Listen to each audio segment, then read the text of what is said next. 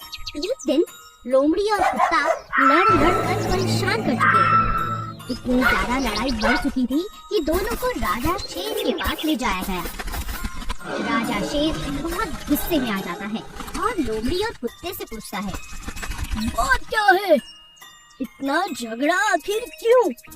क्या हुआ है लोमड़ी? लोमड़ी राजा से कहती है, महाराज क्या बताऊं, ये जो कुत्ता है ना, ये हर रोज मेरे आम खा जाता है। मैं जगह जगह से बहुत सारे मीठे मीठे आम तोड़ कर लाती हूँ और ये मेरे सारे आम खा जाता है और कहता है कि इसने ऐसी चोरी नहीं की, बल्कि मैंने इसके आम चुराए हैं। नहीं नहीं महाराज, ये झूठ बोल रही है। मैंने इसका कोई आम नहीं चुराया, बल्कि इसने मेरे जमा किए हुए सारे आम खा लिए हैं, एक भी नहीं छोड़ा। मैंने इसे रंगे हाथों पकड़ा है महाराज, इसीलिए झगड़ा कर रहा हूँ। बहुत मेहनत लगती है आम ढूंढने में। ये तो लोमड़ी है, मैं तो कुत्ता हूँ। भला मुझे आम तोड़ने में भला सोचिए कितनी दिक्कत होती होगी ना। राजा शेर दोनों की बात सुनते हैं, लेकिन कौन सच कह रहा है ये सोचने में बहुत परेशान हो जाते हैं।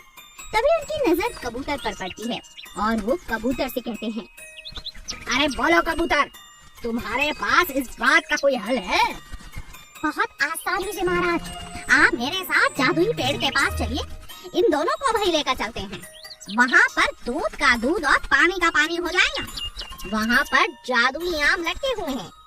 इन दोनों में से जो भी सच कह रहा है वो तो बच जाएगा, लेकिन दूसरा जैसे ही आम को काटेगा सारे दांत टूट जाएंगे उसके। राजा शेर कुत्ता और लोमड़ी को लेकर जादुई पेड़ के पास जाते हैं। कुत्ता झूठ बोल रहा था, इसीलिए वो जादुई पेड़ देखते ही वहाँ से भाग जाता है। लोमड़ी राजा शेर से कहती है, महाराज देखा आपने, ये जादुई पेड़ की जरूरत ही नहीं, मैं काट कर अभी बताती हूँ। जादुई पेड़ का आम देकर जैसे ही लोमड़ी काटती है, वो आम आराम से कट जाता है और उसके दांतों को कुछ नुकसान नहीं पहुंचता। इस बात से ये बात साबित हो जाती है कि कुत्ता ही उस बात का गुनहगार था और वो झूठ बोल रहा था। इसीलिए हमें कभी झूठ बोलकर दूसरों पर इल्जाम नहीं लगाना चाहिए। सोना नाम का एक बैल था, जिसकी पत्नी कुछ ही समय पहले गुजर गई थी। अब उसने एक नई शादी कर ली थी, मगर उसकी पहली पत्नी से उसका एक बछड़ा था, जिसका नाम था गोलू।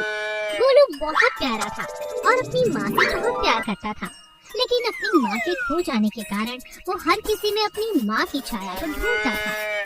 मगर दूसरी माँ आ जाने के कारण अब गोलू से वो प्यार नहीं करती जितना उसकी अपनी असली माँ किया करती थी।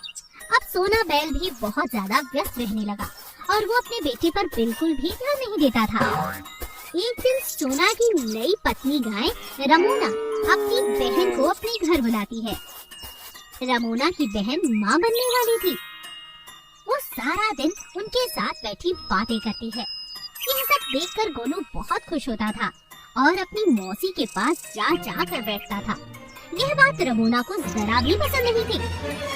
जब देखो मेरी बहन के पास आ जाता है, जा खेल कहीं और जाकर, यहाँ आने की जरूरत नहीं। अब ये माँ बनने वाली है, बहुत जल्द हमारे पास सुंदर सा एक बछड़ा होगा और तू तो अपनी माँ जैसा है, जरा भी अच्छा नहीं लगता मुझे, चल हट। गोलू की सेहत भी दिन प्रतिदिन बहुत बिगड़ती जा रही थी, मगर उसका प्यार रमोना की बहन के लिए बढ़ता ही जा रहा था। रमोना की बहन भी आते जाते उसे दूध पिला दिया करती थी और उसे बहुत प्यार किया करती थी। एक दिन रमोना बाजार कहीं काम से चली जाती है और उधर पीछे से रमोना की बहन के पेट में तेज दर्द उठने लगता है। अरे गोलू, जाओ जरा दीदी को बुला कर ले आओ। गोलू इतनी बात सुनते ही अपनी सौतेली माँ रमोना को ढूंढने के लिए जंगल की तरफ जाता है और अपनी माँ को लेकर वापस लौट आता है। पूरे रास्ते रमोना उसे डांटती रहती है, अगर ये बात झूठ निकली ना तो तुझे आज रात का खाना नहीं दूंगी, समझा? मगर रमोना जैसे ही घर पहुँचती है तो अपनी बहन को तड़पता हुआ देखकर उसे गोलू की बात पर यकीन हो जाता है। वो तुरंत डॉक्टर को बुलाती है और उसका इलाज करवाती है। होश में आने के बाद रमोना की बहन उससे कहती है, आज अगर तुम्हारा बेटा गोलू ना होता तो मैं मर जाती दीदी। रमोना को अपनी गलती का एहसास होता है। वो सोना से कहती है, मैं तुम्हारे बेटे से जरा भी प्यार नहीं करती थी, इसे हमेशा सौतेला ही समझा। मगर सच में गोलू बहुत अच्छा है, हमें मिलकर इसे प्यार देना चाहिए, वैसे ही जैसे इसकी अपनी माँ देती थी। अब सोना और उसके साथ साथ गोलू भी बहुत खुश रहने लगते हैं। चूहा और बिल्ली अक्सर लड़ाई किया करते थे। ये बात राजा शेर को पता चल चुकी थी। राजा शेर चाहता था कि दोनों की सुलह हो जाए और दोनों हमेशा हमेशा के लिए अच्छे दोस्त बन जाएं।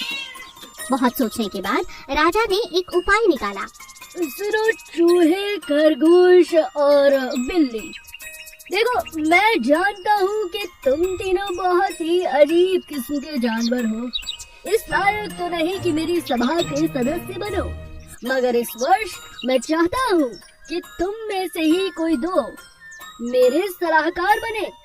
भाई तुम्हारी फुर्ती, समझदारी मुझे पसंद है, तो बताओ तुम तीनों में से दो कौन है जो मेरे सलाहकार बनना चाहेंगे, और जो बचेगा उसे मैं दूसरे विभाग में भेज दूंगा।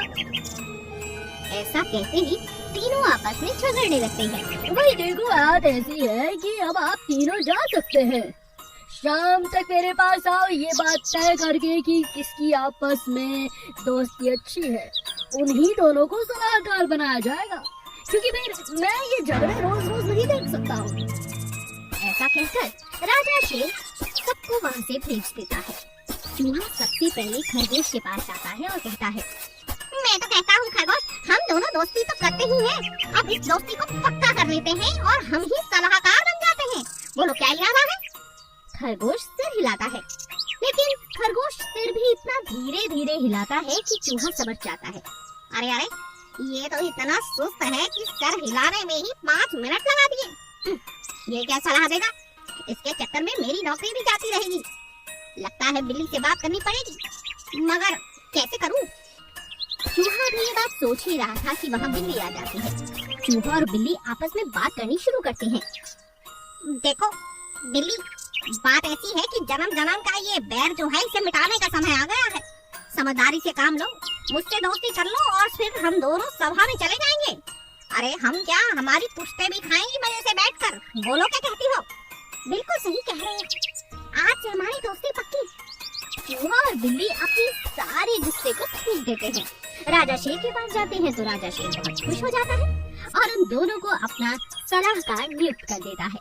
बचा खरगोश, तो खरगोश को संगीत विभाग दिया जाता है, जहाँ पर बैठकर वो बड़े मजे से सुस्त होकर मस्त होकर संगीत सुनता है। जंगल में सफेद शेर और सफेद शेरनी पूरे जंगल की रक्षा का जिम्मा उठा लेते हैं। एक दिन एक गैया जो बहुत ज्यादा बीमार थी, उसे मिलने के लिए रानी शेरनी वहाँ जाती है। अरे अरे गंगू, तुम्हें हुआ क्या है? मुझे पता लगा कि तुम बहुत बीमार हो, सोचा तुमसे मिलकर आऊं। बात क्या है? तुम तो गर्भवती लग रही हो, लेकिन तुम्हारे ये टांगों में जख्म, आखिर बात क्या है? हाँ, मैं माँ बनने वाली हूँ रानी, मगर मैं अपनी बहन के घर से कल रात लौट रही थी तो रास्ते में गिर पड़ी, दोनों टांगे घायल हो गई। अब मेरा बच्चा होने ही वाला है, मुझे नहीं लगता मैं बच पाऊंगी। पूरे शरीर में अजीब तरह का दर्द हो रहा है। आप बहुत अच्छी हैं, पूरे जंगल की माँ हैं आप। मैं चाहती हूँ अगर मुझे कुछ हो जाए तो मेरे बच्चे का ख्याल आप रखें। अभी गैया बात कर ही रही थी कि अचानक वो बच्चा देते ही अपने प्राण त्याग देती है। सफेद शेरनी को बच्चे को देखते ही उससे लगाव हो जाता है। वो बच्चे को लेकर अपनी गुफा में आ जाती है। दिन रात शेरनी अब उसका ख्याल रखने लगती है। कई साल बीत जाते हैं। जब राजा शेर और रानी शेरनी बूढ़े हो जाते हैं, तब गैया का बच्चा उन्हें ही अपने माता पिता के रूप में हमेशा समझता रहता है और उनकी खूब सेवा करता है। एक दिन गैया के बच्चे को एक शेर कहता है, अरे तू राजा और रानी को अपने माता पिता समझता है? मूर्ख, तू तो गैया है, तेरी माँ गाय होनी चाहिए। ये तू गलत कर रहा है। अब तू बड़ा हो गया है, हष्ट पुष्ट बन चुका है, एक दिन ये दोनों तुझे खा जाएंगे, देख लेना। खबरदार आज के बाद ऐसी कोई बात कही। मेरे माता पिता बहुत अच्छे हैं और वो मेरे माता पिता हैं। बस मैं इतना जानता हूँ। उन्होंने बचपन से मुझे दूध पिलाया, मेरा ख्याल रखा है। मैं उन्हें अपने माता पिता नहीं, अपने भगवान की तरह समझता हूँ। वो मुझे कभी नहीं खाएंगे। अगर खाना होता तो बचपन में ही खा लेते। उनके जैसा अच्छा दुनिया में कोई नहीं है। जब ये बात सफेद शेरनी सुन लेती है तो उसके आंसू निकल आते हैं। बेटा, सच में क्या तू मुझे बहुत प्यार करता है? हाँ माँ, मैं तुमसे और पिताजी से बहुत प्यार करता हूँ। ऐसा कहते ही गैया को सफेद शेरनी गले लगा लेती है। हमारे चैनल को सब्सक्राइब करो और ऐसी अच्छी अच्छी वीडियोस पाओ। अब मैं चलता हूँ यहाँ से। बाय बाय मेरे प्यारे दोस्तों, बाय बाय।